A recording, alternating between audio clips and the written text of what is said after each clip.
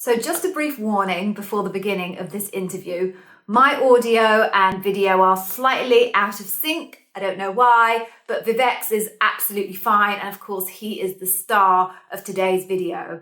Vivek was at Amazon for over 10 years and now he is at Facebook. So you will not get much better in terms of expertise to listen to tips from. So enjoy the video. Hey Vivek, thank you very much for joining me today. I'm really grateful for your time. Hey, Gigi, excited to be here. Thank you. Oh no, I'm so excited to have you here. So many of my YouTube viewers ask me very specific questions about the software development side of the interview process. Obviously, I'm a bar raiser. I'm a non-tech bar, or I was. I'm a non-tech bar raiser. So I can obviously tell them lots about the leadership principles and the strategy, but I can tell them very little about the software development side of things. So I'm so glad I met you on Clubhouse. I'm going to ask you to fill us in on your background a little bit so that people know exactly where you've come from and why you appear on a YouTube channel all about Amazon. So please just give us a little bit of an intro, tell us your background, where you've come from and how you ended up, I guess, being the expert I've called upon for software development interviews. Oh, absolutely. Happy to share my experience and perspectives here. So, hey, this is Vivek. I'm a founder of SDE Skills. It's an organization I set up back in 2010. It's a registered nonprofit organization registered in the US, and it's been helping technical community upgrade their technical skills. And primarily we focus on interviewing skills. So I think there is a synergy right there. And think of us as like a globally distributed study group with about 10,000 members. The group gets together very often, almost like, every day actually now. They meet and practice lead code questions, which is for programming interviews. And then we also practice system design questions. There's mock interviews, there's a bunch of stuff there as well. So it's a good support group. A bunch of stuff is recorded on YouTube. So if you look for SDE Skills, you'll find it. And that's about that. But by day, I am an engineering manager at Facebook and spent a couple of years at Facebook now, been there a couple of years. And prior to that, I spent like more than 11 years at Amazon. I was mostly an engineering manager, but I also spent a little bit of time as a TPM, was a QA manager, and more interestingly, I was also a bar raiser. And I don't know if I should use was, and I mean, once a bar raiser, always a bar raiser is how I think of it. So. You're absolutely right. Honestly, you're absolutely right. Funnily enough, my bar raising mentor. So for everyone who's watching, to become a bar raiser, you get a mentor and they help you through the training process. So my bar raising mentor put a post quite recently on LinkedIn about a job change that he had.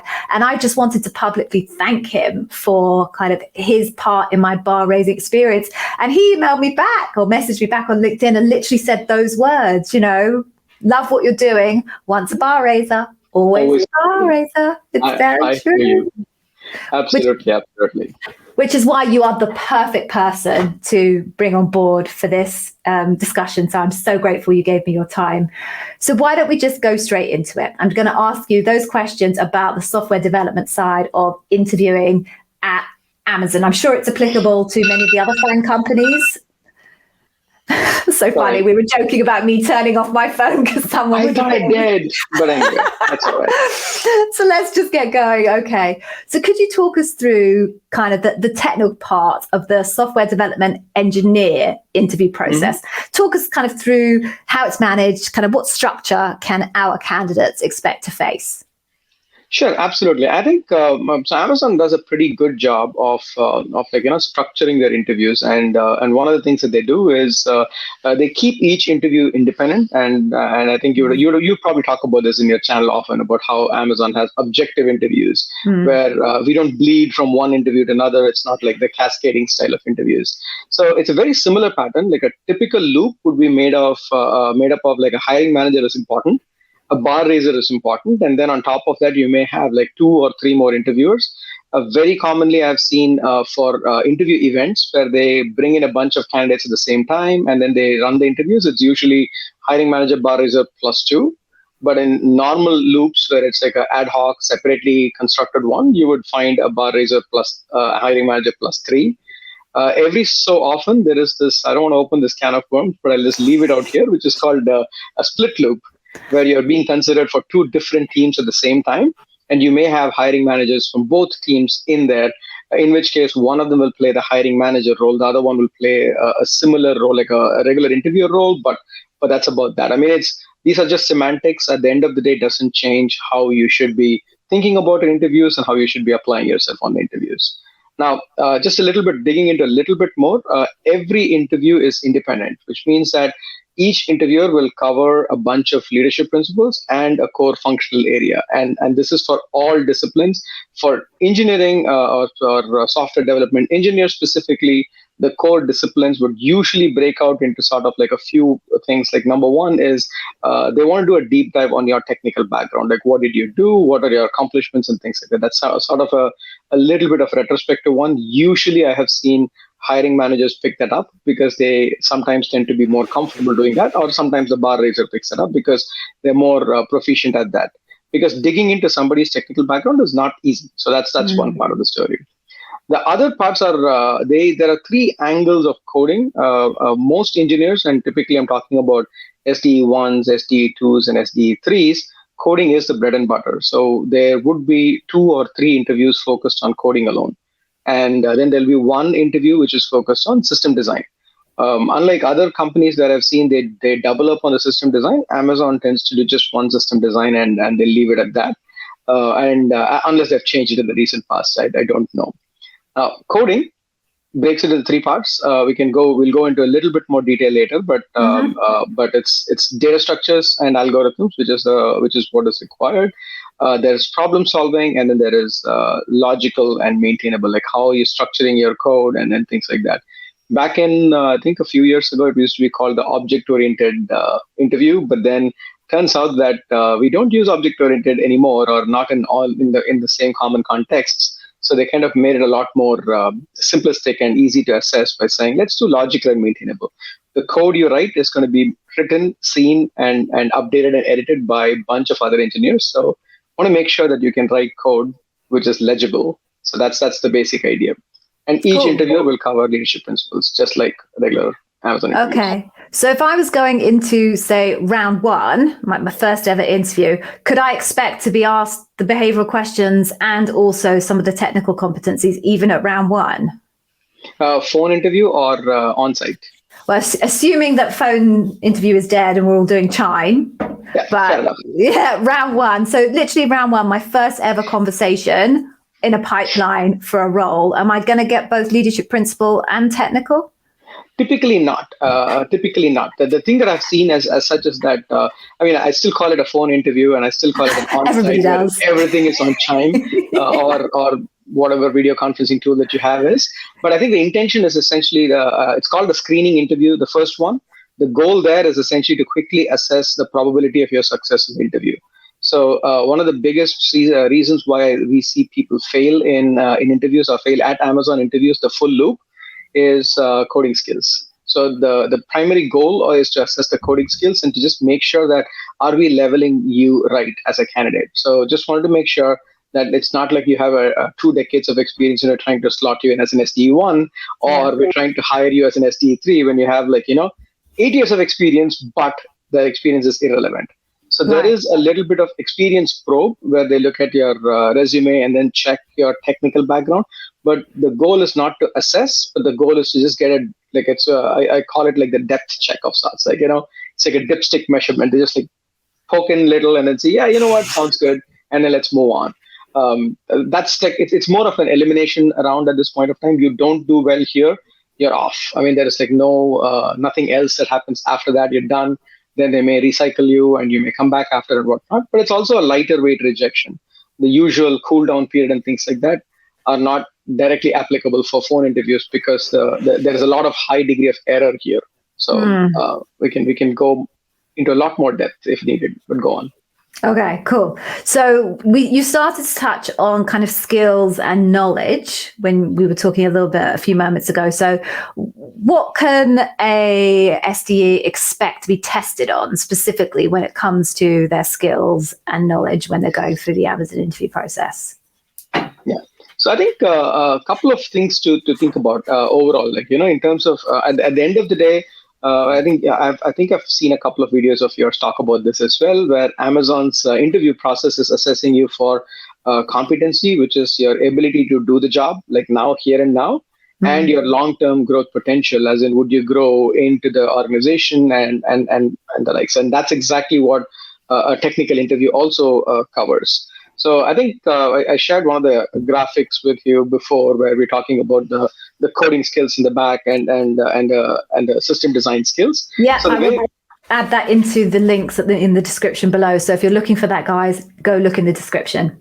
All right, awesome. So yeah, so that thing is essentially a coding skill. It is the bread and butter for SDEs. So the expectation is that the coding skills is exactly the same. There is no expectation that a staff engineer or a staff level engineer or a junior engineer would perform any differently. However, what changes is the system design interview. So it's almost like a triangle stacked up on top of a rectangle, where the triangle just goes up in terms of expertise. So you would be expected to know a lot more in terms of system design skills as a senior compared to like a junior, and right. An intermediate and staff are like in between as well. So the assessment will be primarily based on that and the coding, but unfortunately you only have a limited amount of time. So you can expect almost like a significant portion of your time to be on coding skills, verification or evaluation of coding skills for junior engineers, whereas for a staff engineer, it'll probably be like a third of the time or something like that. So it's something, I mean, it's just more around, that's not as critical, but you need to have it still. So, right. So that would be what they'd be looking for. And how they assess it is essentially, it's like assessing any functional skill, where they'll give you a question, a hypothetical question, and ask you to solve it. So for coding interview question, it'll be something that will require a data structure algorithm assessment. Like, you would say, hey, given this input data, how would you transform it and give me this output data? Or given this particular setup or structure, find like the least cost way of doing something. Like, given a bunch of tickets and bunch of cities that you can buy whatever tickets to, tell me what's the cheapest way to go from city 1 to city 2, like what network or what paths you'll take and things like that. And those would be like data structures and algorithms questions. There's like a bunch of things you need to go there to be successful. On the system design front, you will be typically asked to design a system which is like a real world esque system.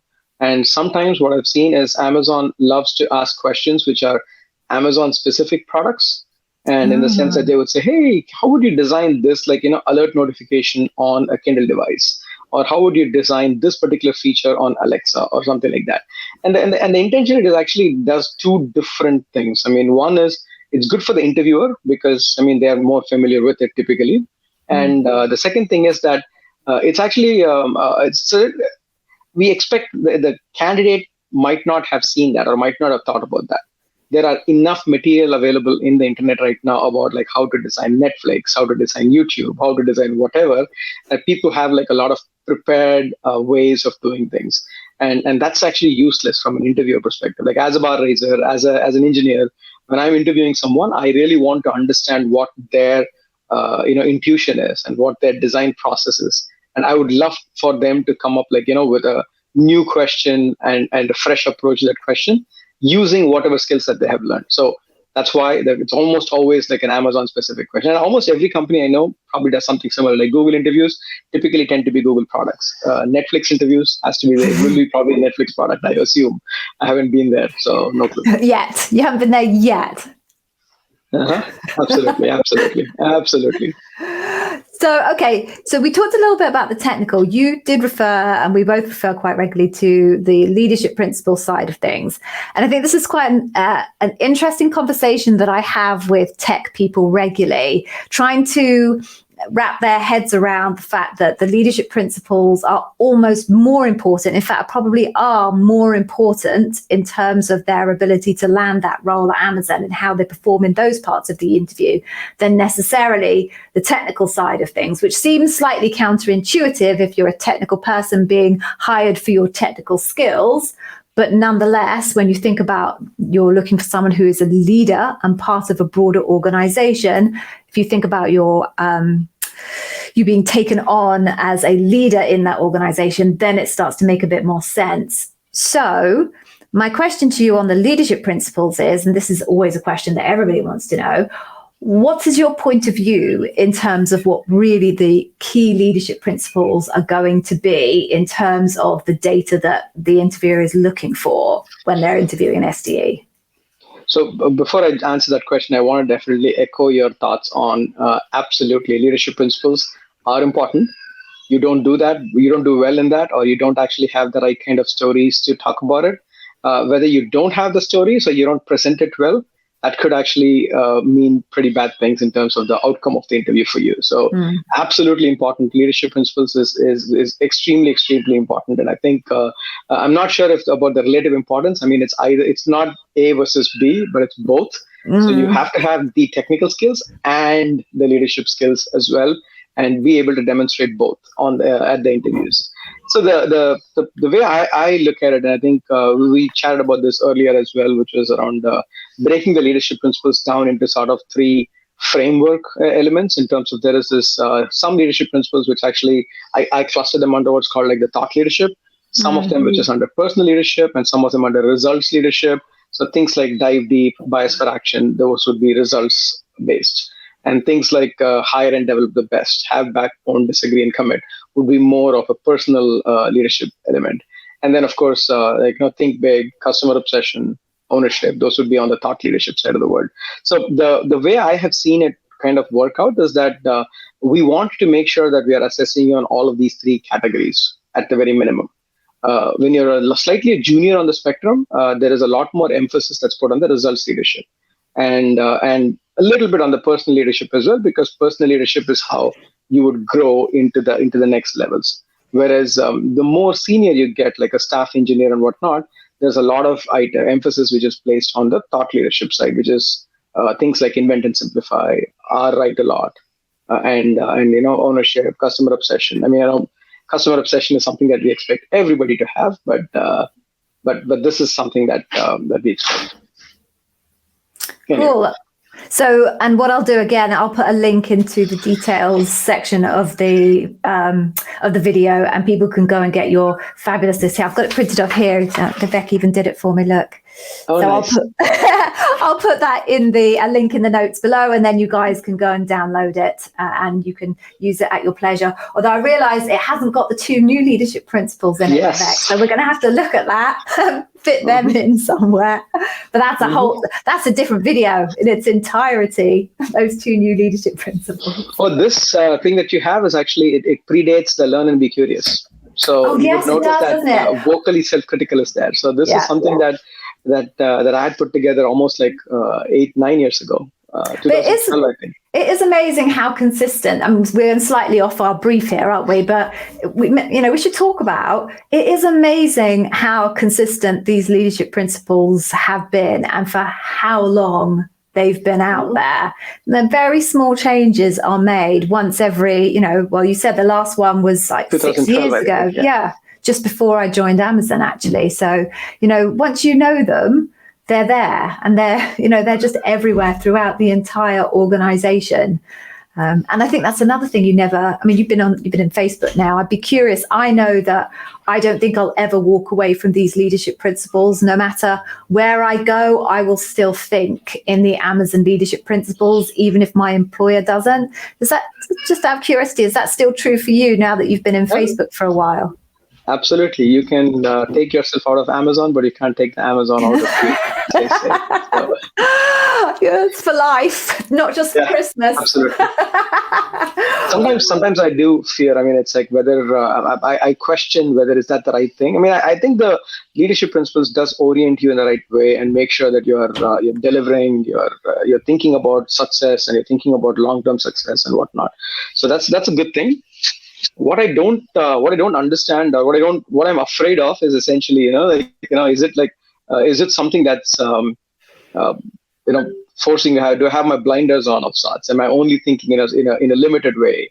I wish there were like a couple of more things added to Amazon's leadership principles, but feel free to edit this out. But the piece that I wanted to add would be, I think that's probably what they're aiming with the new ones as well. I think is around empathy.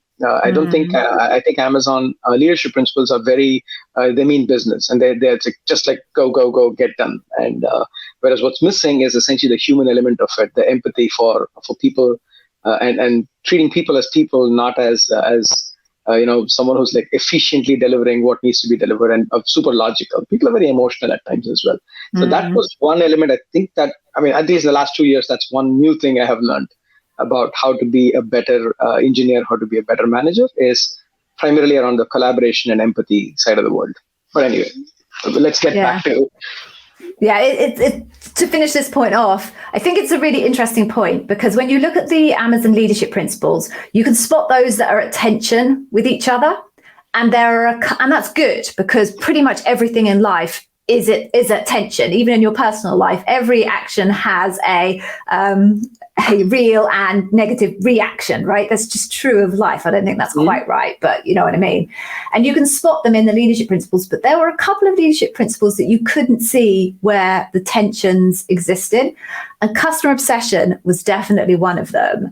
And I think the new leadership principle about Earth's best employer exists as a very nice tension to customer obsession, because to your point about being very focused on delivering and business and making it happen, it's all in the spirit of customer obsession.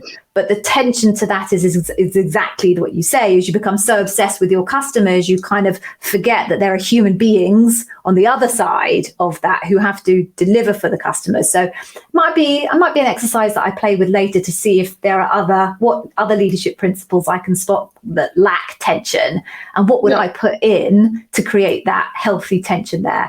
That's an exercise. I think Amazon leadership principles are great. I don't think they're perfect, but they are actually way better, and it is very daunting to see like 14 of them, now 16 of them, right? It's like most companies have 3 core values, 6 core values or core principles, but then like having so many was something that I don't know how many people even name them all. Like that was one of the exercises I did to be able to list them.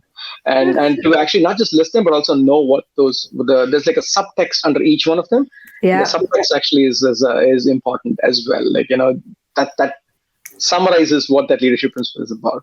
Yep. I've built a business on it, Vivek, because they are really complicated, and there's so much nuance inside those, what is it, like 6 to 12 lines, depending on which leadership principle you look on, and every word counts. I think that's the other thing to think about. There's no throwaway words in any of those leadership principles.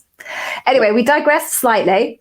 I wanted to make sure that we didn't forget to talk about your really impressive, which I loved when you explained it to me last time, 4-step process for answering technical questions, because you simplified this so beautifully that even I, a mere marketer, could wrap my head around it. So take me through it. 4-step process.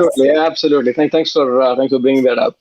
So one of the things that I I'm looking at is in terms of when people are being assessed on their programming interview, that particular part of the interview, there are essentially a few check boxes that you need to check. That's at the end of the day saying, are you doing this well? Are you doing that well? And things like that. And that's about it. And the more you can help the interviewer check those boxes quickly, the better it is for you. So that's the first part of the story.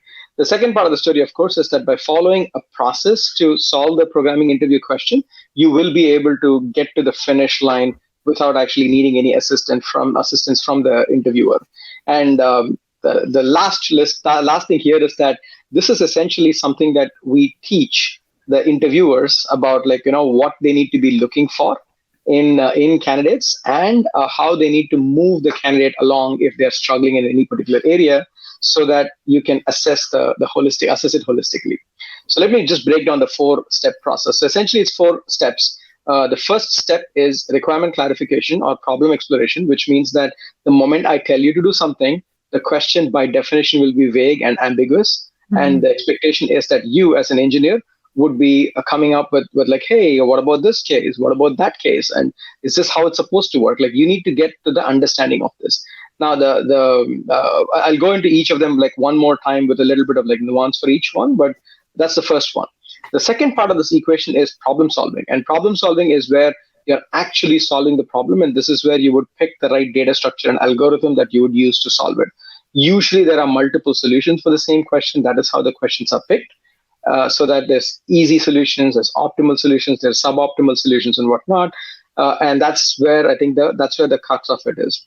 The third part of it is coding, which is where you would just convert whatever algorithm you talked about into code and just write it down.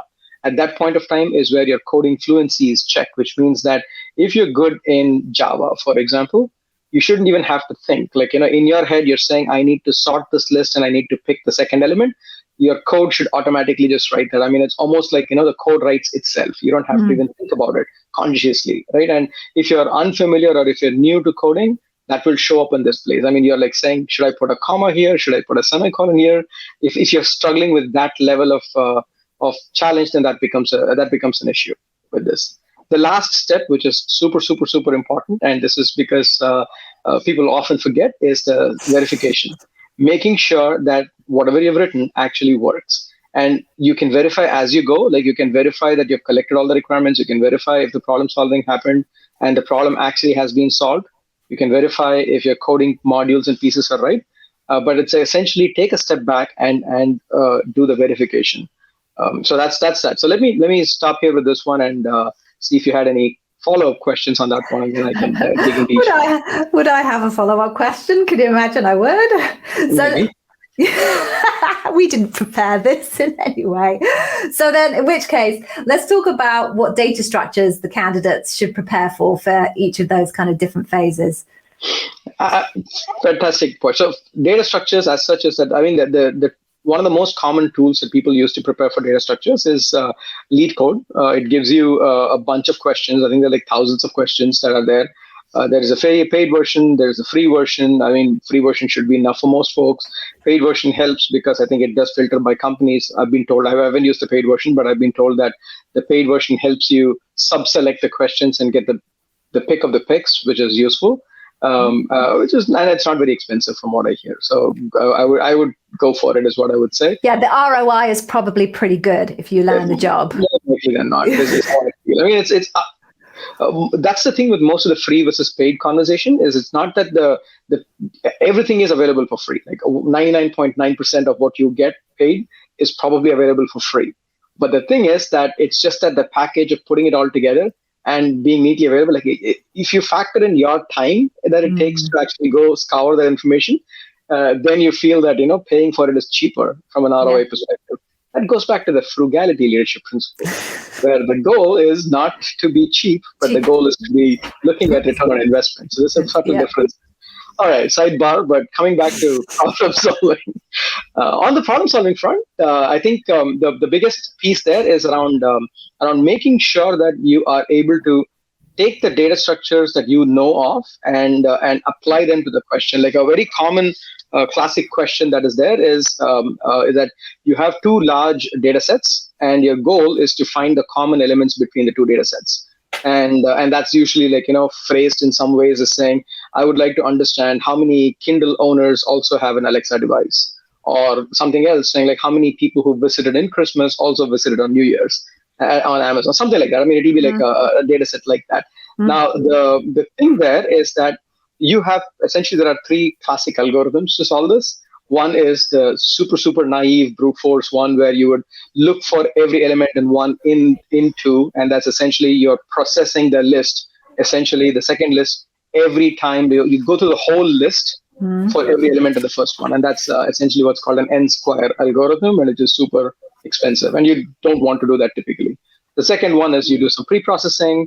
And that gives you can sort both the lists, and then that gives them in some kind of a order. Then you can just do a quick compare between the two, and that is for people who are familiar with this, it will be like an n log n complexity, and that's like a time complexity bit there.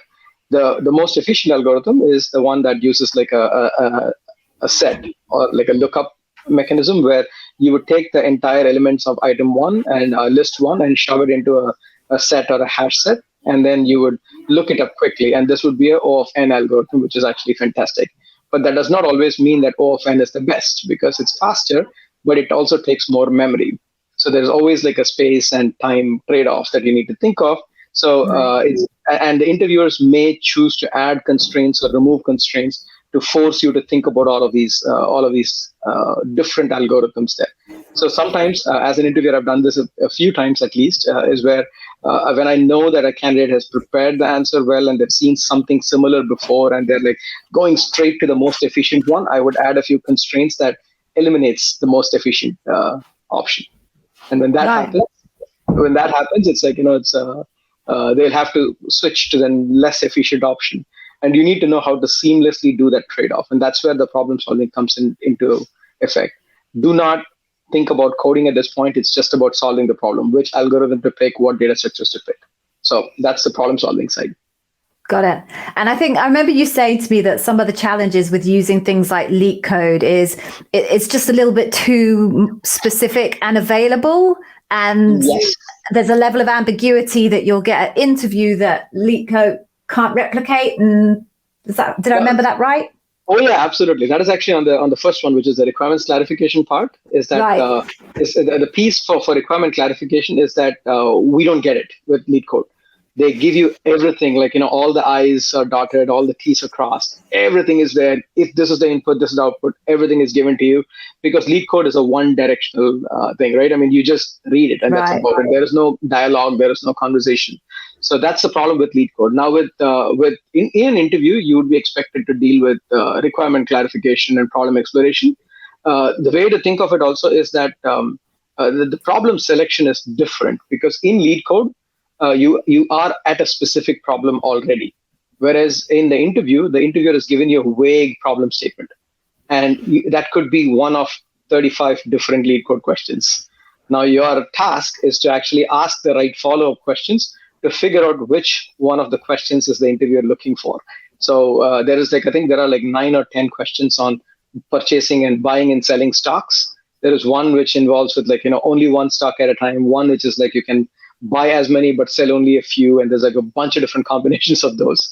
So knowing which one it is going to be the trick, and asking the right kind of questions and having a conversation to get there is the problem exploration part, which is what we miss in lead coding. So mock interviews probably is the best way to get with that, or deliberately spending some time thinking about it would also help. Okay. So then, I don't think I prepared you for this question, so I'm sorry, I'm going to put you on the spot with this one.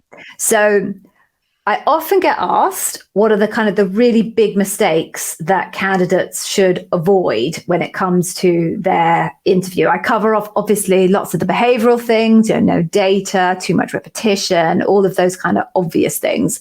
But when you're talking particularly on the technical side of things, is there anything that you could point out to our viewers here to really watch out for that you see as common points of failure when it comes to the technical side of interviewing, or even the behavioral side of interviewing as specific to SDE?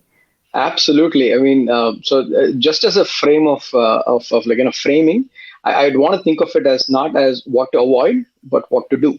Because it's the more you think of avoiding, the more it actually stays in the forefront, and it's not really very helpful. So the specific thing that I would actually encourage people to do is to stick to the process, walk through the flow, specifically on requirements clarification first. Don't skip it. And that's a negative way of saying, make sure that you're allocating 2 to 5 minutes on requirements clarification, because if you don't do it, it's going to come back to bite you later. You would not have the full requirements. You'd be solving the wrong problem in many cases. And when it comes time to doing verification or whatever else, you'll keep going back and forth. The interview will not be a linear interview where you're doing step 1, step 2, step 3, step 4, but you're hopping back between different steps. And that will not end well in most cases. So my recommendation is stick to the process, spend about 2 to 3 minutes on the requirements gathering. When you're doing the requirements gathering, don't think about anything else. Don't think about the final steps. Just think about the requirements gathering alone. Then when you're doing the problem solving, it's okay to go back to the requirements clarification a little bit, because as you're solving the problem, you discover that, hey, I forgot to ask about this. So you may want to do that, but don't think about coding yet, because you're not at that stage right now. And when you're doing the coding, you may want to do a little bit of problem solving, because you may have not solved specific areas. Hey, this one piece is missing. I kind of wished it away, and that's not how it works. I need to solve it really, right? So you may want to do that, but while you're coding, you're not solving problems. And then when it comes to verification, you're just verifying, At that time, don't think about anything else. Like verification is where you're robotically going through each line of code as if you are the computer trying to execute it. At that time, no emotions. Like, test what is on the whiteboard or what on the notepad. Don't test what's in your head. That's like a very common thing because, people would make a silly mistake. They would say, something to the effect of saying, if I is greater than 7, then do something. And then in their mind, they're actually thinking that it's less than, not greater than, but they've typed greater than accidentally. And they would go through that like 10 times, multiple times, but they would not pick it. And I would say, like, I would, as an interviewer, I'd let them go for a couple of times and I'll stop. Like, why is it going in the if, not in the else? And they're like, oh, it should be the less than. I mean, it's a very silly thing, but those are the kind of things that cause the bugs in production as well in real world. Anyway, I digress.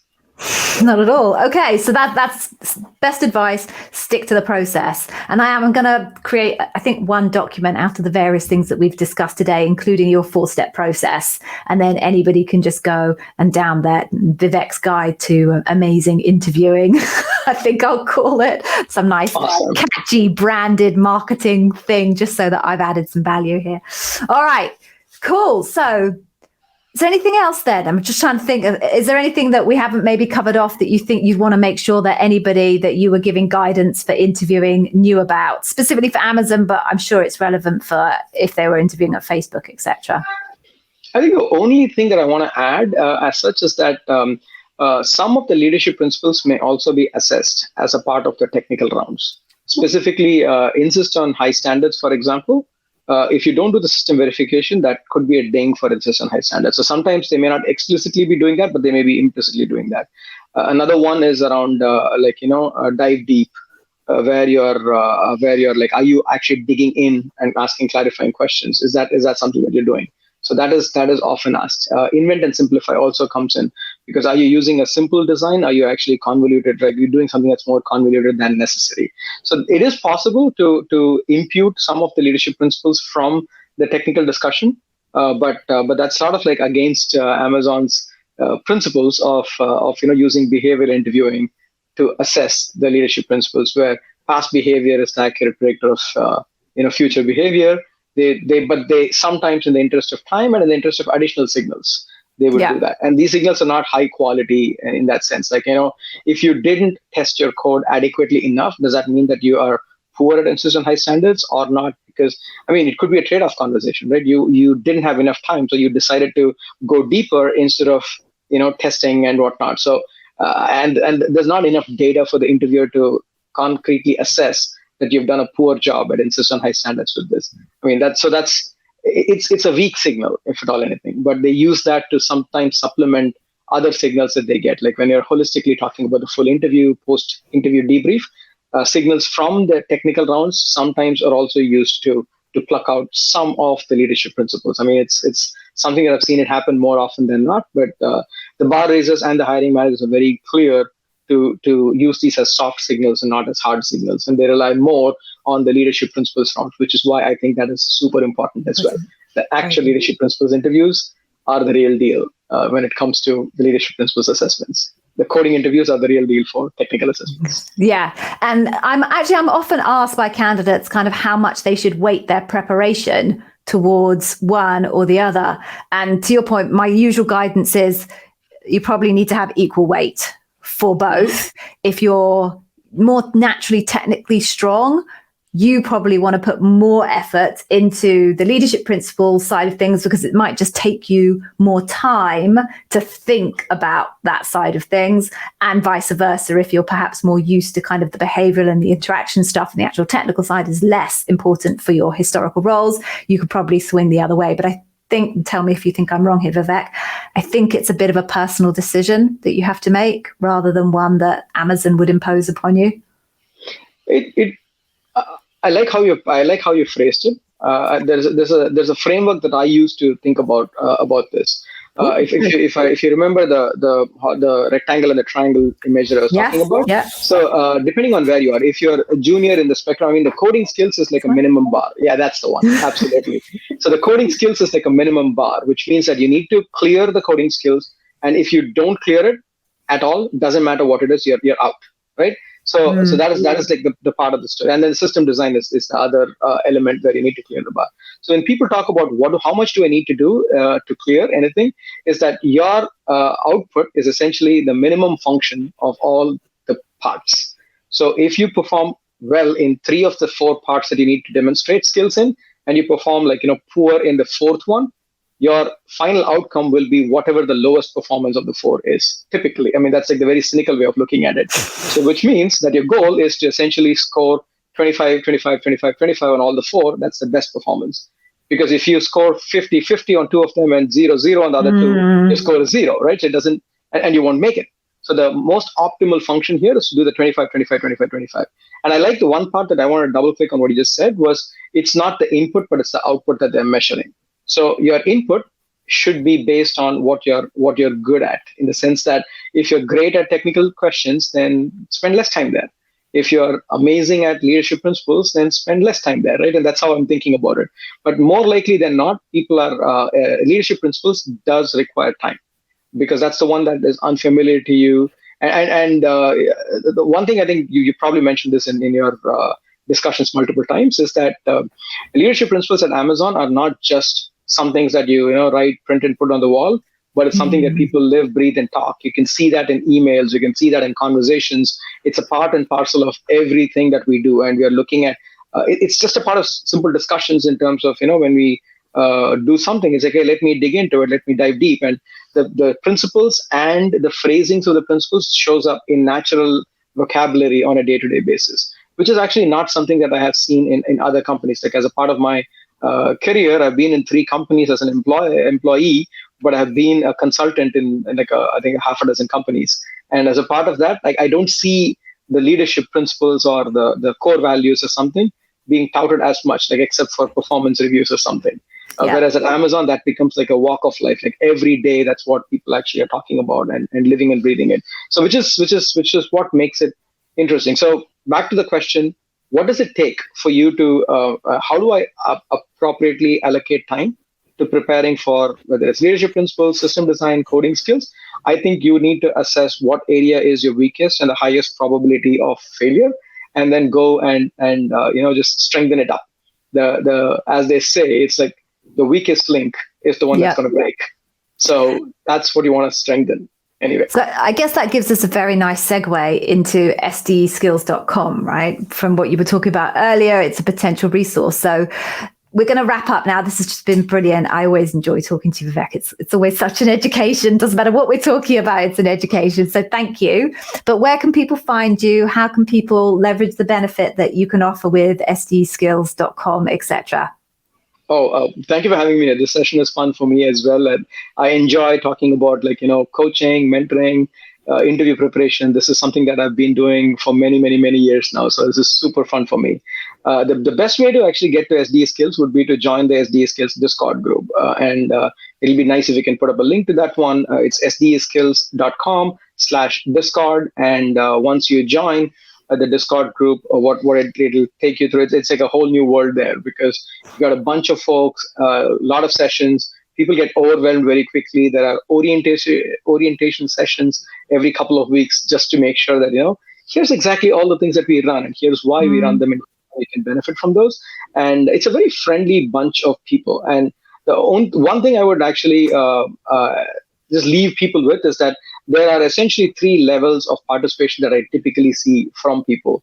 One is passive participation, where people are just listening in, watching your YouTube videos and stuff like that. They're just watching and passively consuming content. It helps, but it actually keeps the ball rolling, but it doesn't really help a whole lot.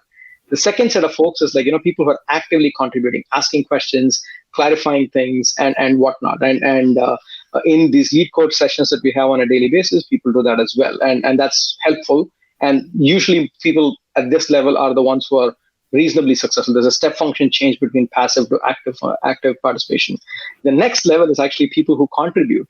They are the ones who are leading these lead code sessions. They come in prepared with questions and answers, and they present it to the group, and then they invite criticism, and then they engage.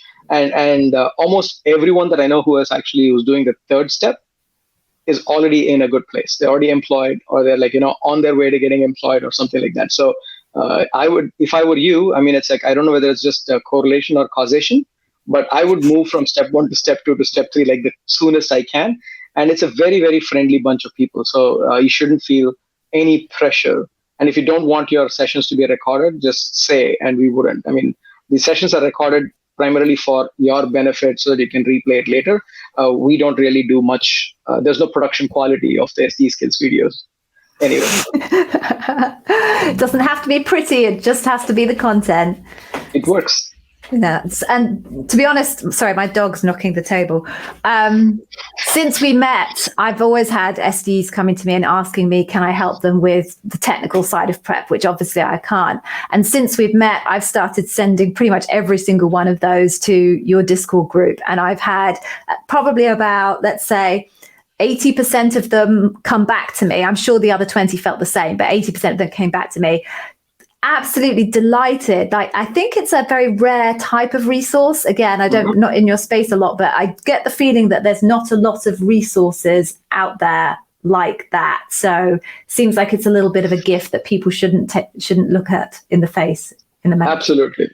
Yeah. No, it's a, from a resourcing perspective, I think you are right. I mean, there's I think it's actually, there's a bit of a parallel to what you've been doing here on the Amazon interview Wiz and that one, because interviewing is big business. I mean, there's a lot of people who are out there to make like tons and tons of money. So there's like boot camps or coding camps and a whole bunch of other things. And again, I go back and say, I mean, it's like paying money is not the issue, because you can, it's like, return on investment, you're saving your time, it's already prepackaged and things like that. Like, I've seen people who pay $1,000, $5,000 to go through like a system design coding boot camp for interview preparation, and nothing wrong about it. And usually, given that, especially in the tech side of the world, the salary differential is very high.